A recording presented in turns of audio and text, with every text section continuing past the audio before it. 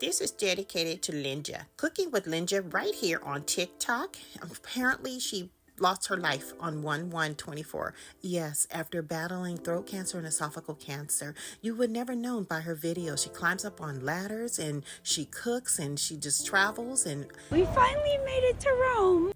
yes, she even went to Rome. You know what? We was going to go to Rome too in 2019, but we canceled it, because of some things that happened when the COVID hit and all that. But you know what? We have a lot in common. Yes, we made some ghetto guacamole, and I was surprised going through her feed for the first time, and I just found out about this today, and I'm just so decided. Look at this. She made tortilla chips as well, and her guacamole. She's such a beautiful soul. And look at this. And we made this homemade barbecue potato chips. We had this before, and she actually made some potato chips too. It's amazing how we always have things in common when we come here and do cooking together as a family here on TikTok, everybody. I'm telling you.